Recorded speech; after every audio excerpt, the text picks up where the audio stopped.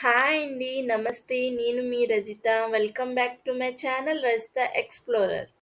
ఈరోజు వీడియోలో ట్రెడిషనల్ బిర్యానీకి మారుపేరైనటువంటి jackfruit biryani, chicken dum బిర్యానీకి ఎందులోనూ తీసిపోని విధంగా ఎంతో టేస్టీగా, అలానే సింపుల్‌గా ఈ జాక్ ఫ్రూట్ బిర్యానీ ఎలా చేసుకోవచ్చో చూద్దాం.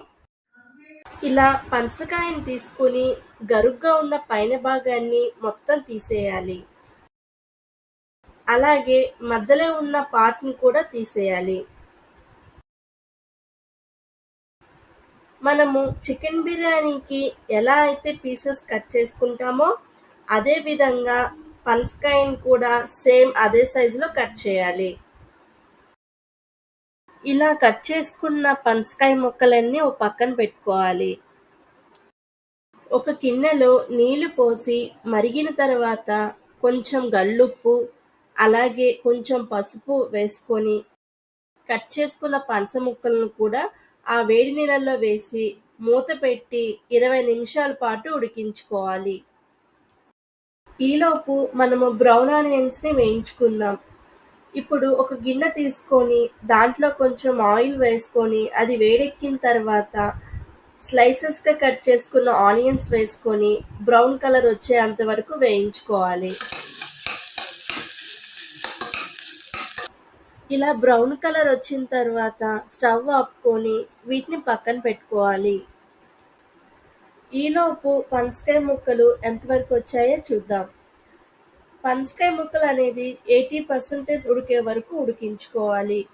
మిగతా 20% మనము దమ్ చేసినప్పుడు ఉడుకుతుంది.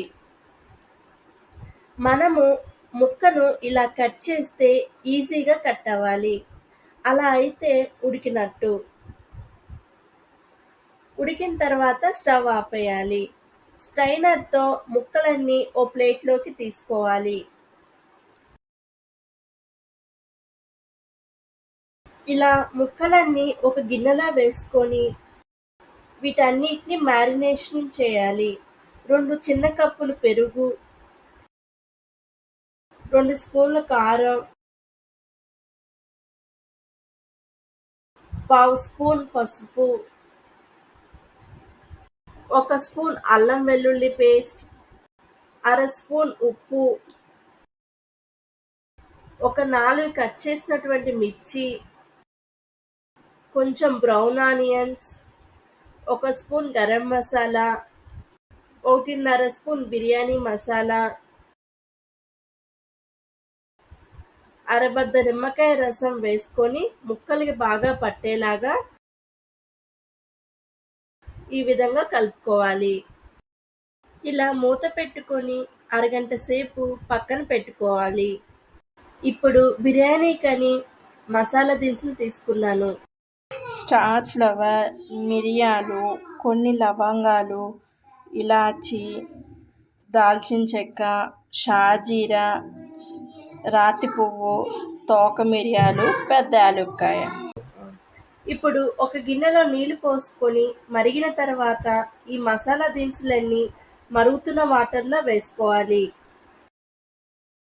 అలాగే కొన్ని బిర్యానీ ఆకులు కూడా వేసుకోవాలి.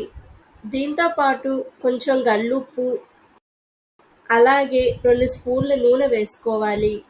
నూనె వేయడం వల్ల అన్నం అనేది పొడి పొడిగా వస్తుంది. అరగంట ముందు 2 గ్లాసుల బాస్మతి రైస్‌ని కడిగి నానబెట్టుకోవాలి. అలా నానిన బాస్మతి రైస్‌ని మరుగుతున్న నీళ్ళలో వేసి ఉడికించుకోవాలి. ఈలోపు ఒక గిన్నె తీసుకొని 4 స్పూన్ల నెయ్యి వేసుకొని, నెయ్యి వేడెక్కిన తర్వాత అరగంట ముందు మ్యారినేషన్ చేసిన పనస ముక్కలను దీనిలో వేసుకొని ఒకసారి బాగా కలుపుకోవాలి. 15 నిమిషాల పాటు వేగనివ్వాలి ఈ ముక్కల్ని. ఈ విధంగా వేగిన తర్వాత ఇందాక ఉడికించిన అన్నం వాటర్ కొంచెం వెయ్యాలి. ఇలా వేయడం వల్ల అడుగు మాడిపోకుండా ఉంటుంది. 80% ఉడికిన అన్నాన్ని ఈ విధంగా వేసుకోవాలి. లాస్ట్‌లో కొంచెం కొత్తిమీర, కొంచెం పుదీనా, కొన్ని బ్రౌన్ ఆనియన్స్, 2 స్పూన్స్ నెయ్యి, లాస్ట్‌లో కొంచెం బిర్యానీ మసాలా వేసుకొని టైట్‌గా ఉన్న మూత పెట్టి దమ్ చేసుకోవాలి. దమ్ కోసం ఒక ప్యాన్ పెట్టుకొని దానిపైన బిర్యానీ గిన్నె పెట్టుకోవాలి. ఇలా పెట్టుకున్న తర్వాత 5 నిమిషాలేమో మీడియం ఫ్లేమ్‌లో మరియు 10 నిమిషాలేమో లో ఫ్లేమ్‌లో పెట్టుకొని దమ్ చేసుకుంటే సరిపోతుంది. ఆ తర్వాత స్టవ్ ఆపేసుకోవాలి. వెంటనే మూత తీయకుండా ఒక 10 నిమిషాల తర్వాత మూత తీసి సర్వ్ చేసుకోవడమే.